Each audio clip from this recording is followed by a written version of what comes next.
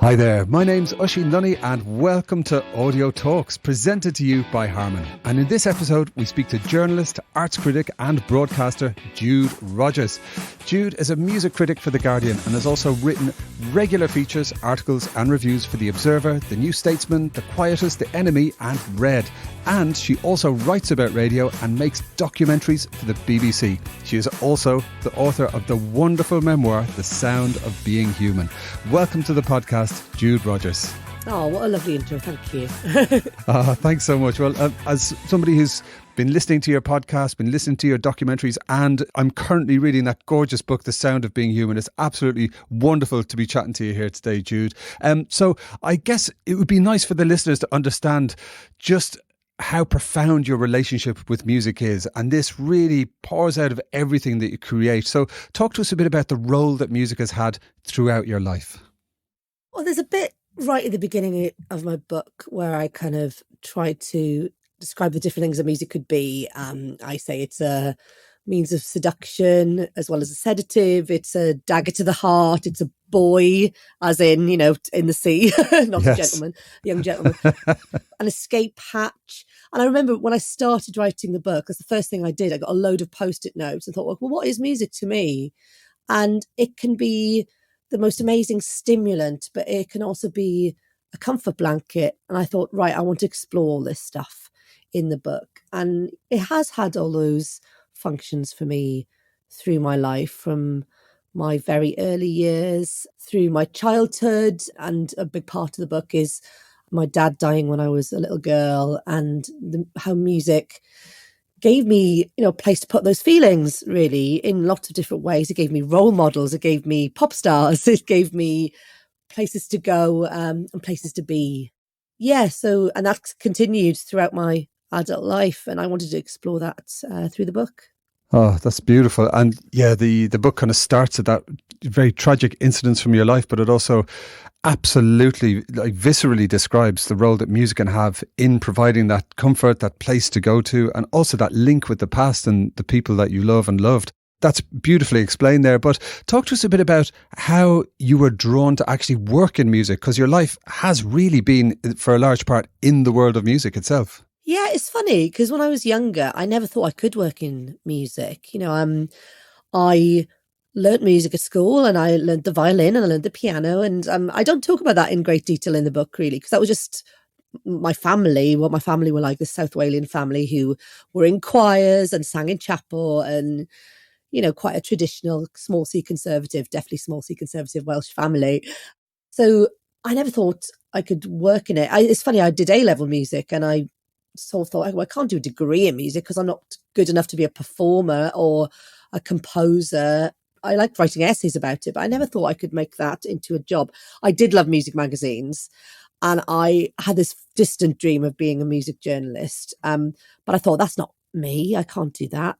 I don't know anybody and I don't know what to do. And even when, this is quite weird, I had a music magazine editor came to my sixth form college in Swansea as part of a literature festival and run classes, and I wrote a review. We went to see Bono talking about Dylan Thomas at the Grand Theatre. This was Matt Snow, who's an editor of Mojo, who's from Swansea, and he encouraged me to send him more stuff, and I didn't because I just thought, how can I be part of that world? It's too distant, it's too scary. So even though I loved it, I just thought, well, I couldn't be that kind of person. I write about that a bit in the beginning of the second half of the book, how journalism and me kind of got entangled.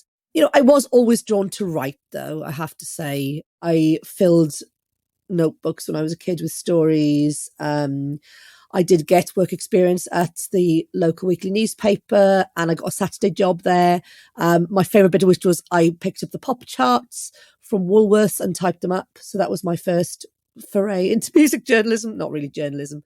I always loved writing.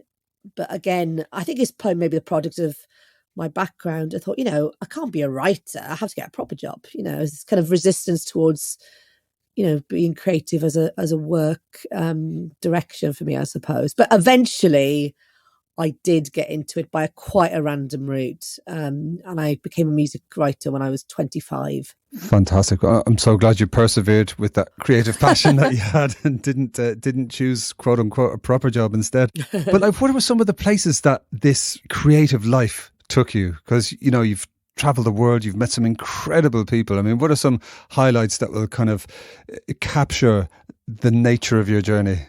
I started as a music journalist in 2003, which is a very odd time because, you know, you've got the rise of, Napster was a big thing then. And suddenly the online world was becoming this really present thing. The iPod had just arrived. It was very exciting. Yes. You know, you could listen to all your music collection in one. It was a very strange time. And what it meant for music journalists is that we weren't gatekeepers anymore. And so we didn't have the only access to, you know, what was new. So I kind of missed the glory days of the long press trips and all this stuff. But I did go on a few in my early years, I have to say. I remember going to Berlin to see Portishead premiering their third album, which was amazing. I travelled a lot. You know, I still travel a bit within the UK, but my first international job was going to interview James Blunt in Munich, and he played in front of 11 people before he was famous. And his publicist was this legendary publicist, Barbara Sharon, who's, you know, was Madonna's publicist. So this was me at 26 being trotted around Munich. I always think of little memories like that. I went to my first international job and this was an Awful Word magazine, wonderful magazine that says long gone now. But I went to Canada to interview the Arcade Fire by myself without any management. And I just couldn't believe it. You know, I was 27 years old on a plane to Vancouver in a hotel by myself, you know, interviewing the Arcade Fire band I absolutely loved at the time, One by One. So those things are really exciting. But in recent years, I've also really loved interviewing people who have been around a long time, who've got things to say, you know, interviewing people like Marianne Faithfull in her flat in Paris and trying to really talk about her as a musician and an artist, not just, you know, Mick Jagger's one-time girlfriend.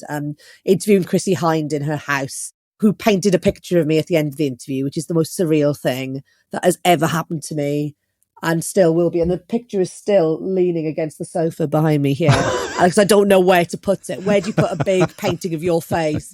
My husband always says I should put it behind where I usually do podcasts here because it would be hilarious. You know, like a banker's office, you know, with an oil painting of him behind or something.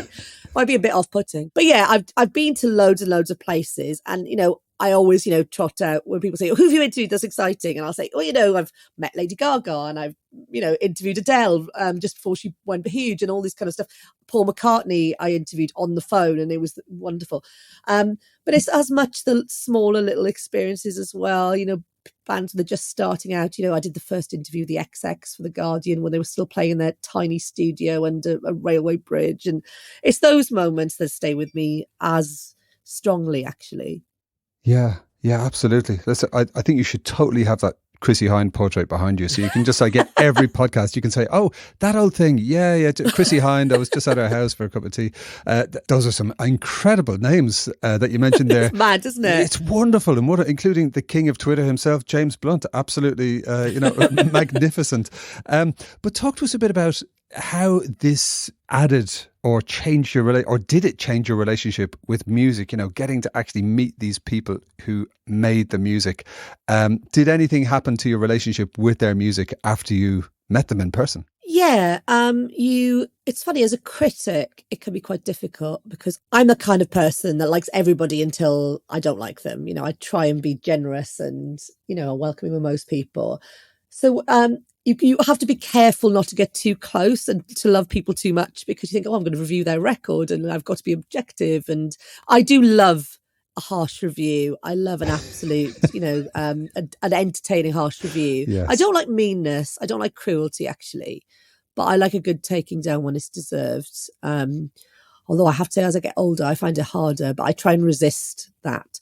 I think it's because I've had a book out and I've been reviewed myself and you kind of go, oh, okay, this is what it's like. Although I've been fairly lucky in that regard, I have to say. But yeah, I tell you what, one thing that has happened that's interesting, you know, if you meet somebody and you really like them, it makes listening to their music slightly different. I have this real, you know, I always loved Kylie Minogue as a young kid and I've grown up with her music and I interviewed her in 2013 for the New Statesman. And just, we had a great time. And just that encounter colours how my fondness for her when I hear her music now. And, when she's done so well the last year, I'm like, yeah, Kylie, it's, not that I've got to know her brilliantly well, but I've just spent some time, being able to talk to her about her life. It also can have the other effect, which is if you interview somebody who is deeply unpleasant, it can make you not like their music. I have to say, I had a fairly difficult encounter with Alex Turner from the Arctic Monkeys for The NME, and it does, when I hear the Arctic Monkeys, people go, oh, their new record's great. I'm like, yeah, but he's not very nice. And that's weird because, I'm not one of these people. I think, you absolutely should separate the art from the artist as much as you can. And some of the stuff that the Arctic Monkeys are on, I think is great. And I can actually make that leap. But I do find it odd if I've met somebody and they're unpleasant. It does, shape my opinions of their art. But I guess that's fairly natural. Yeah, it comes with the turf, I guess. That's what you might call an occupational hazard. But yeah. One of the things I love about your book so much is that, you're both kind of in the moment of being captured, being lost in music, and you kind of remember that so vividly, but also you have this presence and you're able to observe it throughout the course of your life. Was there a specific moment when you realised you were able to step back and take this slightly more analytical, observing view of your relationship to music? I'm just curious if that was always a thing or did it arrive somehow? I think it was always a thing, but I realised I could do it at a very specific moment, actually. It was February 2019. There is a chapter later on in the book where I talk about being called by my editor at The Guardian in the evening. And I know if that happened, somebody's died, which is an awful thing to say, because I'm not The Guardian's main music critic. And, I know there's a news story breaking, it's probably somebody has died. And it was Mark Hollis from Talk Talk, whose music I absolutely loved. I wrote a piece that night for publication the next day, and it was quite personal, and it was a little bit about my relationship with his music in the last few years of my life up to that point, moving from London, where I'd lived for years, back to Wales, where I'm from, and certain songs of his kind of giving me a sort of, that kind of comfort blanket or that kind of settling sense the music can give you when you're going through periods of big change. And I had so much response to it. I had loads of people emailing me and sending messages on social media. And I thought, do you know what? I have done this for years, written about personal links with music. I'd written a piece for Word in about 2010, 2011 about my dad's death and Adamant and male role models, which forms part of my book as well now. I realised there were lots of little pieces or essays I'd done over the years that was pushing towards this very personal but analytical look at music. And so I thought I could do a whole book on this, and I could go through my life and think about all, certain songs that have shaped me in different ways. But it's not for it to just to be about me, for it to be my life, to be a sort of way in for other people to how they feel about music and how music may have shaped their lives too.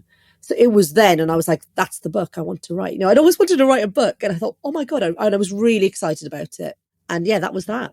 Amazing. I love it. I wondered, was there a specific moment? And you've just kind of answered that question beautifully. So this not only was in a way, a kind of deeper window into yourself, but also a window into other people, their hearts, minds and lives, and the role of music as it acts as a continuum, it kind of is that soundtrack to our memories, which brings us on to your gorgeous book, The Sound of Being Human. And dear listeners, if you haven't already embrace this, I would really recommend it. There's an audio book, it's a hardback, paperback, many options there. So Jude, how would you explain The Sound of Being Human to somebody that you just met? Do you know what? I've written this down today because I always kind of like going off in different directions, but this is what it is. It's outwardly the story of the songs that shaped the life of one person, me, but ultimately it's a sort of deeper investigation into why songs prompt memories, drive obsessions, shape our relationships, bond us to strangers, make us dance, help us grieve, etc., etc., etc. I didn't want to just be like a memoir about my experiences. I wanted it to, as a journalist, I wanted to go deeper. It's like, why is it that I can hear a song and I'm standing at the front door seeing my father for the last time? Why is it that I got so obsessed with certain REM songs when I was a teenager? What was it about that? or the marriage of songs and videos. And I made a list of loads of questions that I would love to have answered. And they're questions that required me to speak to neuroscientists and anthropologists and fandom experts and all these other people. And as a journalist, that excited me as well. Well, at the time when I did interviews, I said, I'm not a scientist. I struggle to get my GCSE in science. It's quite funny. But as I'm older, I've got more and more interested in, the depths of why we are interested in things.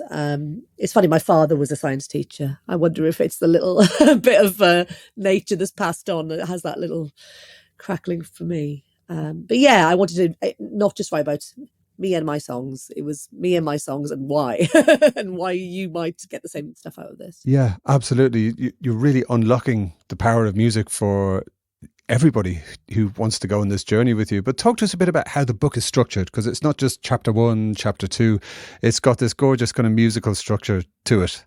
Yeah, so it's a track list, which is, quite an obvious format in some respects. It's been used before in other books, but it's the name of a track and then what that track does to us, really. So it's chronological largely. It starts in early life, and the first half is very early years to leaving home. Then the second half is adulthood, and then relationships, parenthood, trauma, loss, all the things that come when you're a grown up. And it ends where I am now in midlife.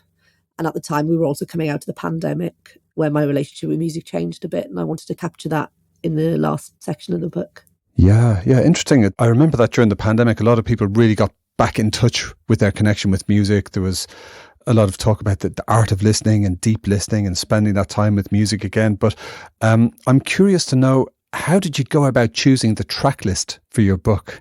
Because it's an amazing track list. Similarly to when I made my post-its of what music is, it's funny, I'm looking to the left of me now. I have this big frame poster of like a family tree of electronic music, and it was covered with post-it notes. And I'm still sad I took the post-it notes down. But I had an initial 12 tracks. I thought it's going to be 6 on one side, 6 on the other side. I love the idea of maybe having a few secret tracks snuck in there, which there are in the book as well.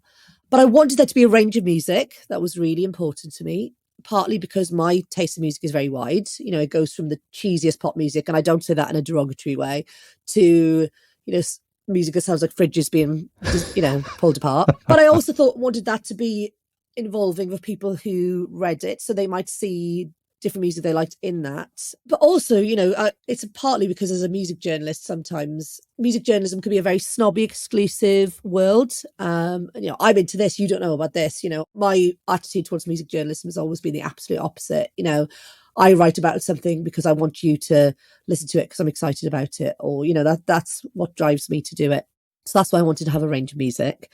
And I also wanted each track and each chapter, let's call them chapters for now, I wanted to call each chapter to teach us something new about what music does to us. So it's kind of balancing those things. So, for example, track 6, which is towards the end of teenage years and becoming an adult, is about Kraftwerk's Radioactivity. And that chapter is about what happens when we get exposed to different music and cultures.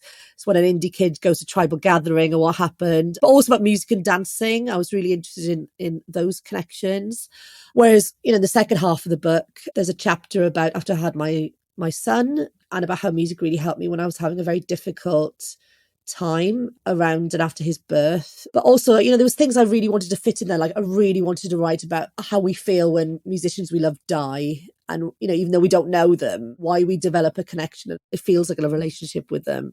So there's all this stuff. And also, I didn't want each chapter to follow the same sort of structure. I didn't want it to be boring for people. Like, here's a song I liked when I was 12 and here's what happened. So I had this little map of, I want to write about pop videos in here, and I want to write about this, moving house in here. And one of the chapters I have to say I really loved writing was the beginning of the second half, track 7, which is about Martha Reeves and the Vandellas Heatwave.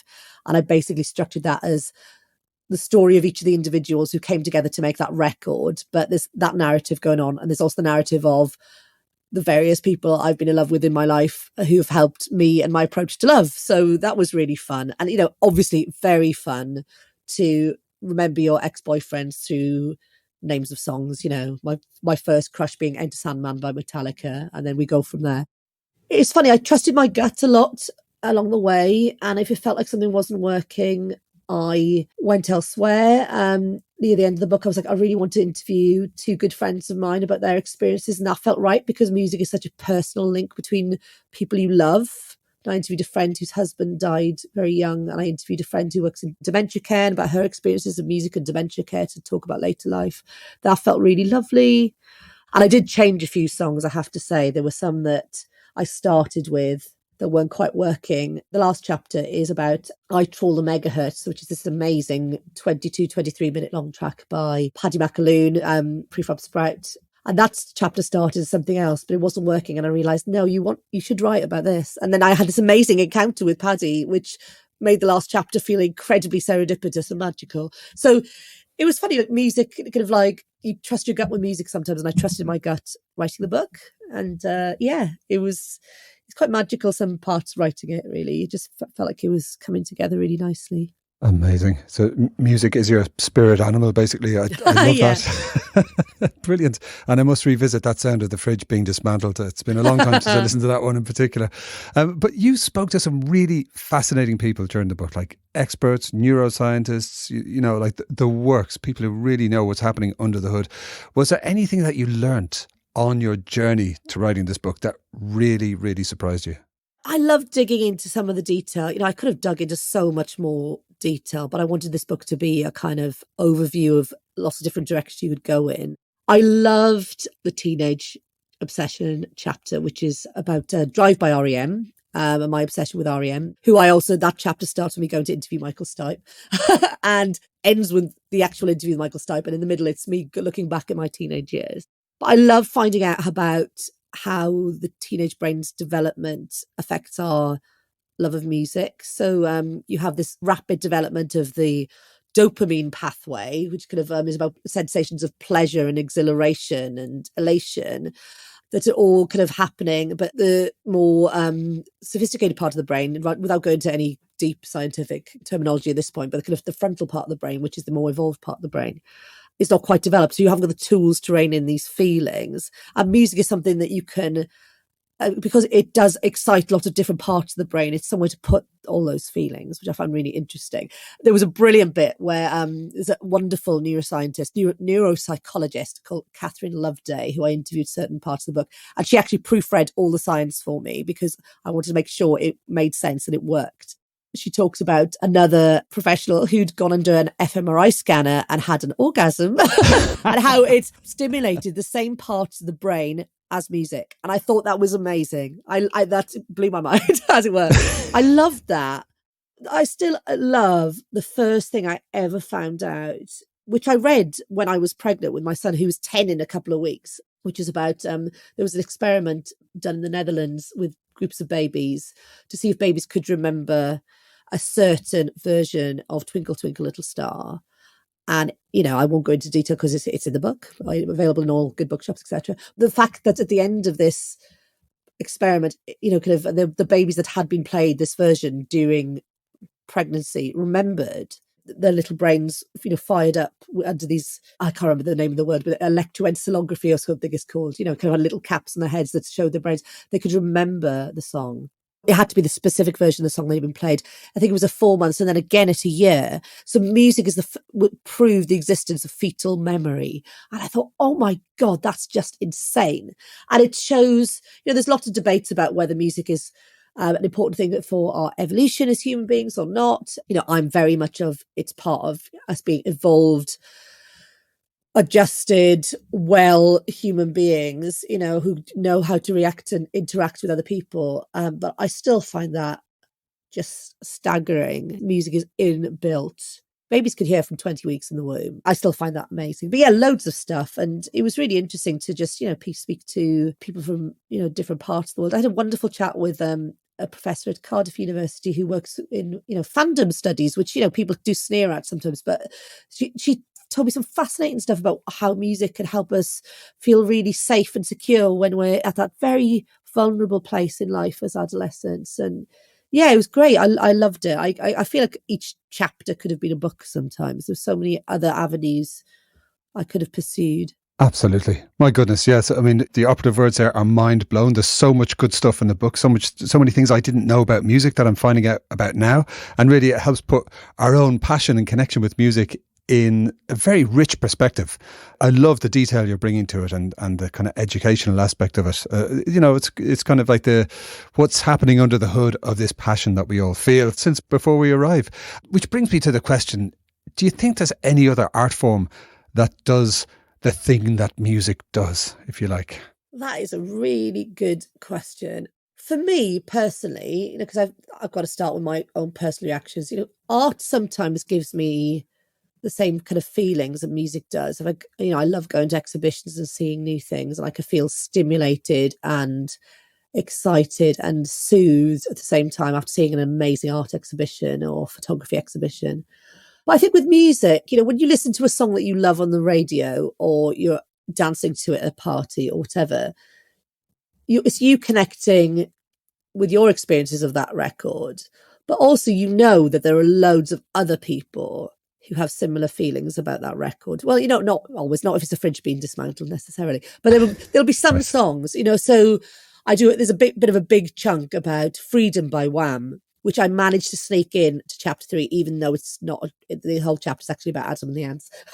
I could not put that in.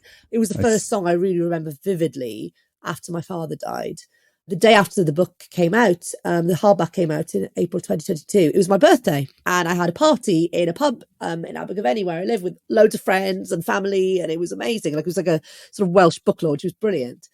And when I was dancing, my friend Katrin DJ'd and she played Freedom. And I was thinking, all these people in the room, some of them have connections with me through this, some of them have connections through their own lives through it. And that's quite powerful, thinking about how a song could just have resonances for lots of different people. And even if those resonances are different, it doesn't matter when you're all together and sharing that, or you're listening to the radio and being knowledgeable that there are other people listening. It's that communal aspect to music is something that art doesn't have in quite the same way. A piece of music could play out of a car window as you're walking down a road. A great painting can't do that. A play can't do that. A lot of these things you could chance upon art, in daily life, seeing something in a magazine, seeing something on television. But if you've got a builder working in your house playing music, it's been used to kind of accompany people's days in a way that other art forms don't accompany people's days. Yeah, indeed. Well, we had builders around here a couple of years ago, just with going through the radio and just thinking, it's just wonderful to hear, that builder sing along to the Smiths outside. That's why. Little diversion there. It's always good. Oh, very good. Back in the 80s, I worked on a building site in Dublin, and the radio had to go on first thing, and that just kept us all going. It was brilliant. But like you speak there about the very personal nature of music, what it can do to transform our experience of the world, like instantly, the song you love going past in a car window. There's also a collective aspect to it, and there's a global aspect to it. Music is this language all over the world that unites people, that enhances our lives and experiences. But as you write about in the book, it does get dismissed. It does get written about as a kind of lower form of, I don't know, cognitive activity. It gets dismissed as cheesecake, which I found to be offensive. I don't like that description. Okay, fine. Nothing wrong with cheesecake, but there's so much more. And you've uncovered so much of it in your book. Like you say, every chapter could be its own separate book about this incredible thing that music is in our lives. Do you think there is the opportunity to really shift this needle to broaden people's understanding of the profound nature of music and the role it has in our lives? How can we go about educating people or changing this? I think about this so much. I've been doing a big project recently with a wonderful organisation in Wales called Anthem, who help support and mentor and fund young musicians through the Welsh Government and some other funds. They are just hitting their heads against this wall again and again. And they're like, arts funding and arts education is just being devalued in lots of places. I think what it is partly is things that give pleasure to everybody, whatever class you're from, whatever your background is, whatever your situation, are devalued. Things that bring us together, whoever we are devalued. It's not about this sort of survival of the fittest mentality. It's not about, maybe capitalism. It's something else. And, music can soothe you, and it can calm you, and it can give you this creative impetus as a person, and it can give you this desire to collaborate, and all these things that are incredibly powerful. And, if we're talking in the economic argument, there's a massive economic benefit to, encouraging people to get involved in music and the arts. And we have, huge industries that, I found it so staggering in recent years that, the actual economic benefits of these things are so dismissed for ideological reasons. I think it's because music is incredibly powerful, but it allows individuals to express themselves how they want. It does not necessarily have to be about rebelliousness, but it allows individuals to have agency, I guess, over who they are and who they could be and possibilities for themselves. And I think deep down, the powers that be, she says, try not to sound like a conspiracy theorist, but I think a lot of people don't like that element that it has to it. As I say in one part of the book, and I actually say years ago, 2015, when my son was very little, I made a little children's book with with two friends, friends who run a very small short run publishing company, and it was called Pop for Kids. And we have in the book, that we don't say, why do you think pop music is banned in so many countries? But we kind of say that it's something that could join people around the world and all this kind of stuff. There's a bit in my book when I talk about Wham in China, actually, and about how terrified the Chinese authorities obviously are of these two very sweet guys with big hair. And it's about, not fitting in. It's about not being quiet. It's about being loud and expressing yourself and maybe being flamboyant and not being controlled. So it's what pop music describes all these things. I think that's what it is. I think people don't like that. Well, I've been encouraged recently that there's been talk by, some political parties about how actually art and music, the art industries, the creative industries should be supported and funded and all this kind of stuff. In the UK particularly, we're living in, very tough financial times. But there have been people who've talked about this. And I just hope that can be supported by people in the industry. I wish some of the billionaires we have in the music industry at the moment, because we have got this huge divide, would maybe go, right, well, let's, do something to help this, And I know obviously you've got things like Tidal, which are great, which pay artists properly. Yeah, you've got this huge divide between, billionaires and little bands who can't afford to do anything, these days. And it needs money and it needs funding is the big thing to kind of encourage people to do things. There's lots of really good things happening in Wales, I have to say. I found out recently, really brilliant collaborative work and funds to help young musicians. But it has to be done everywhere, and it's not just about money, it's about well-being and about, functioning as well and happy adults. Yes, absolutely. And children, actually. Yeah. Drives me nuts. I could rant for hours, as I have been already. Great. A big shout to the great work of the Music Venues Trust for what they're doing. They're literally trying to save the grassroots industry. So Mark and Beverly there are really doing God's work. You kind of mentioned that music has been in your life since, 7-inch discs and cassettes and CDs and MP3s and, the kind of formats have evolved with you. What effect do you think that streaming and these universal jukeboxes are having on our relationship with music? So I did a piece about this, obviously, being a journalist. It was a piece about my son's relationship with music, actually, because my son, as I said, is nearly 10. And when I wrote the book, he was 6 or 7 and, his interest in music has rocketed since then.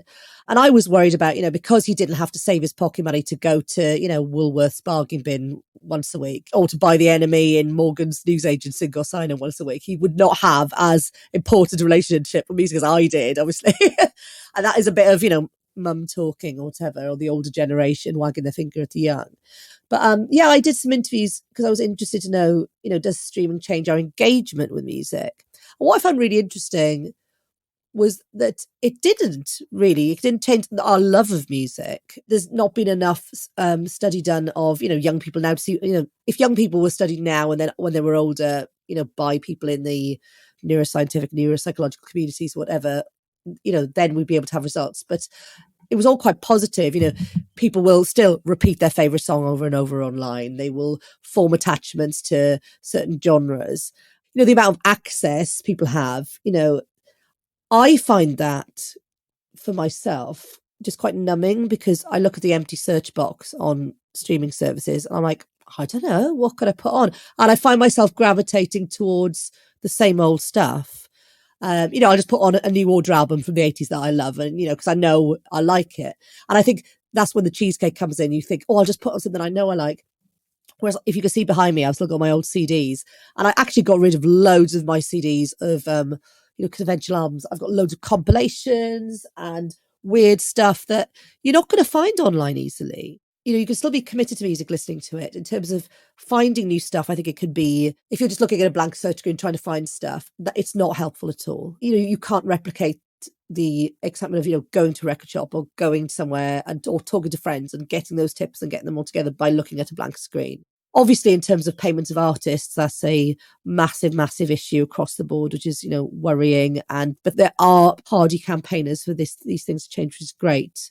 The positive sides of being able to access lots of music shouldn't be ignored as well. And I've seen these through my son. I'll give you an example. So we were in the car about a year ago, and we had Radio 3's Music Planet on Saturday afternoon, not his choice. And a song came on, he was like, "What's this?" And it was a song by an Israeli-Iranian artist called Liraz, who is this amazing psych pop artist. She's an actor, quite famous out in Israel. And he just loved it. And he went home and put it on his playlist, which is almost as big as some of my playlists now. And he listened to her album, and she's had an EP out recently she's listened to. We went to see her at WOMAD, and I have to admit to, using my journalistic connections to get him to meet Liraz backstage. Excellent. And so this little 9-year-old kid, even if he hadn't met her, but he went to see her at WOMAD, and he was like, he wouldn't have been, when I was young, if I'd heard Liraz on the radio once, I probably wouldn't have been able to find her straight away and build this relationship with her music. I might have been able to try and find her record, but maybe not, because it was on a music station. So he's had this access, and his music taste is so wide. There's loads of George Ezra and Radio 1 kind of stuff on it, of course. But he's got Dr. Feelgood on there. Bonus points. His favourite song is You Make Me Feel Mighty Real by Sylvester, followed by Never Gonna Give You Up by Rick Astley. It's completely bonkers. I'm also jealous of my son, because I spent all my student loan on CDs in the late 90s, the worst time in the world to be buying CDs, because they were all $14.99. So we need to look at the positives as well. But yeah, obviously there are lots of things that need attention, especially in terms of how artists are paid. Fascinating. Great. Well, that gives me hope, hearing about the behaviour of your son. That's brilliant indeed. But, as well as being a journalist and an author, you're also a very prolific podcaster. And I hear you popping up on all kinds of brilliant podcasts. Now, talk to us a bit about this relationship that we have with the spoken word, and with tuning in and kind of sitting in on other people's conversations and feeling part of them, as you do. Do you think this is part of the sound of being human? Yeah, I do, actually. Because when we're listening to a podcast, it's usually time for ourselves. We don't often listen to them communally. I listen in the car when I'm driving around with work, or I listen to them, when I'm folding laundry or something boring. But I listen to them as a time for myself when I'm walking, when I'm doing whatever.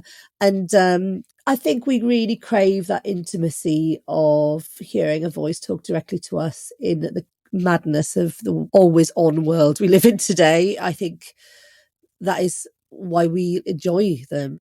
I enjoy, just listening to the musicality of voices, actually. I love doing my audiobook for the book. It was so interesting to think about how I write and how language is very musical.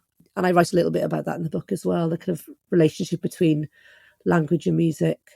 Yeah, I love doing podcasts, and I love making radio documentaries, and the way you can tell stories through sound, I think, is very different. I did a series called A Life in Music for Radio 4 in 2021, which was commissioned around the same time when the book was commissioned, which was kind of mad. But they both really feed into each other in really interesting ways. But for the radio series, I could have my little son playing the piano in it at the age of 6, and you could hear us having a little conversation about music, and you have those different things. And, with more spoken word podcasts like this, you can have those little moments of connection and response and reaction, which can be really lovely and really magical at times. But yeah, I did a podcast as well for my publishers called Songbook. So that's for White Rabbit Books, who published The Sound of Being Human.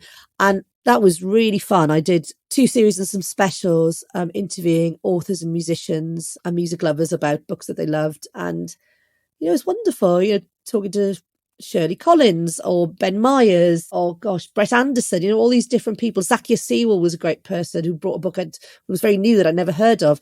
I just think about how music books can feed us in different ways. And I also I cover Miranda Sawyer often when she's on holiday, the Observer's audio and radio columnist, and write about radio there. And I absolutely love doing that. That's great. It's one long soundtrack. I love it. The mixtape of your life has many interesting tracks and different flavours to it, which is just great.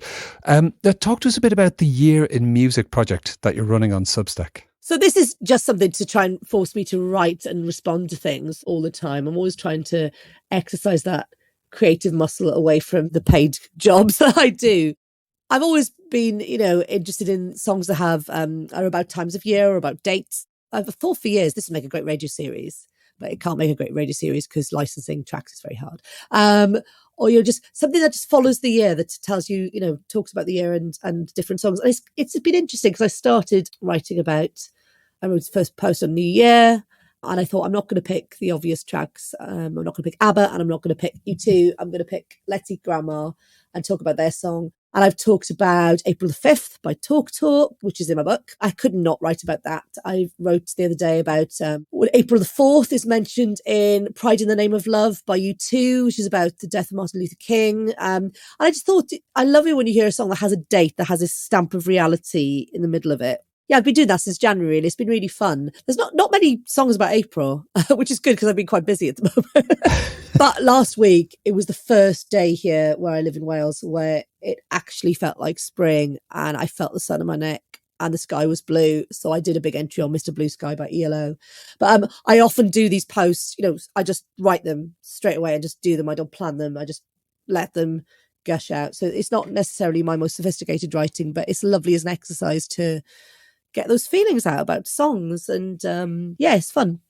Speaking of which, where can people find your work? I mean, would you direct them to any specific addresses? We'll, of course, include it in the show notes. Yeah. So if you want to read that Substack, that's juderogers.substack.com. Very original. And I do also put in posts about other things I've been doing in my cultural life if or when I have the time. I'd love to do more, but life is life, and I've got a kid, and I'm basically driving a child between football practices and wind band.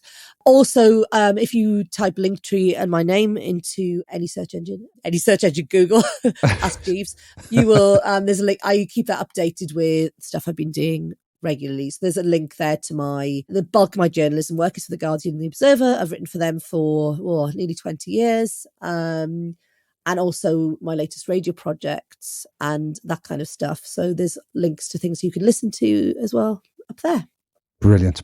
And dear listeners, we will be linking to Jude's Linktree in the show notes, to just smash that link button and get involved and head on over to a Substack. There's so much good stuff there. Okay, Jude, last question from me. What's coming up next for you that our listeners should know about? Oh, so this is kind of audio, but different. I'm making a Archive on 4 documentary for Radio 4. On something slightly different, on the terrifying 1984 nuclear war film Threads. Amazing. Yeah, which is something I've been fascinated about before and written about before, and at one point started to write a book about, but then I thought, this is going to absolutely depress me if I have to spend 3 years of my life writing a book about nuclear war.